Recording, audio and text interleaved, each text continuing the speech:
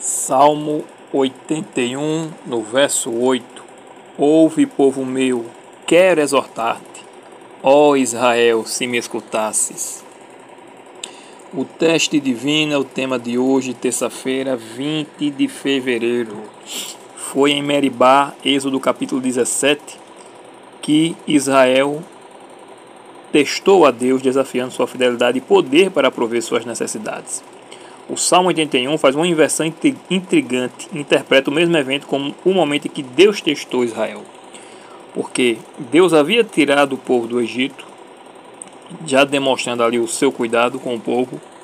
Deus havia dado as codornizes e o pão.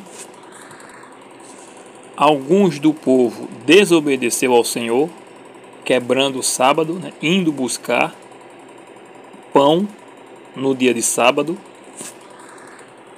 Deus já havia dado inúmeras provas, do seu cuidado. E, no entanto, eles caminhavam conforme o Senhor ordenara, e chegaram em um determinado momento que não tinham água. E eles, ao invés de clamarem a Deus, confiando no Senhor, eles foram contender com Moisés. Por isso, não falhou.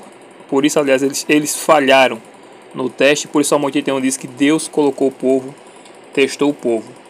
É interessante também que, mesmo o povo falhando, Deus o socorreu. O verso 7 do Salmo 81 diz: clamaste na angústia e te livrei. Do recôndito do trovão eu te respondi. Aleluia. O Salmo 105 mostra que as provações foram um meio divino de testar a confiança de José, por exemplo, na sua palavra. E dos versos 17 ao 22, temos um louvor. O salmista passa a louvar a Deus pelos seus feitos. Já no Salmo 95, nós temos aqui uma exortação para não fazer, uma advertência, para não fazer o que o povo fez em Meribá. Não endereça o coração. Quando vossos pais me tentaram, pondo-me à prova, não obstante terem visto as minhas obras. Salmo 95, verso 9. É aquilo que a gente falou, Deus tirou o povo do Egito, deu alimento ao povo, e o povo, infelizmente, caiu na murmuração. O objetivo como relata lá no verso 19 do Salmo 105, verso 19, deixe-me ler aqui, diz assim, até cumprisse a profecia a respeito dele, falando de José, e tê-lo provado a palavra do Senhor Jeová. Esta palavra provado, do hebraico tizarap, ou tissarap, significa um senso de limpeza, refinamento ou purificação. O objetivo do teste da fé realmente é esse, nos purificarmos. Nós vemos também que Jó, ele passou por prova. Às vezes passamos por prova por teimosia nossa, ou às vezes porque temos que passar pela prova simplesmente porque o inimigo está irado, como foi com Jó, e tentou destruir a vida de Jó.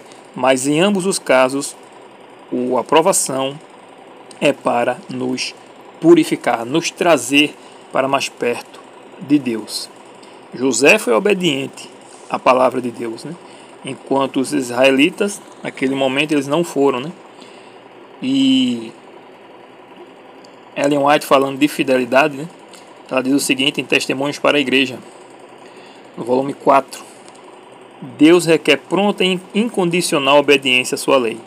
Os homens, porém, são adormecidos ou paralisados pelos enganos de Satanás, que sugere desculpas e lhes vence os escrúpulos, dizendo, como dissera a Eva no jardim: é certo que não morrereis. Ou seja, Satanás, ele sempre tenta refutar aquilo que Deus disse, sempre tenta negar aquilo que Deus disse. E ela continua: a desobediência não só endurece o coração e a consciência do culpado, mas tende também a corromper a fé dos outros. Ou seja, porque fulano é crente e faz isso, então por que eu não posso fazer? Aquilo que a princípio se lhes afigurava muito errado, gradualmente perde esse aspecto. Ou seja, de tanto que a pessoa começa a praticar, ela começa a achar que é normal, por estar constantemente perante a pessoa, até que finalmente ela duvida de que seja de fato pecado e cai inconscientemente no mesmo erro. Mas que nós não sejamos assim, né? Que não endureçamos o coração e que mesmo nos momentos de prova, que sejamos fiéis a Deus, porque realmente o intuito de Deus é nos trazer para mais perto dele, nos deixar-nos, né, fortalecidos, né, crentes realmente espirituais, cheios da graça e de verdade. Que Deus seja louvado. E amanhã, quarta-feira, veremos o engano do caminho perverso. Deus te abençoe. Amém.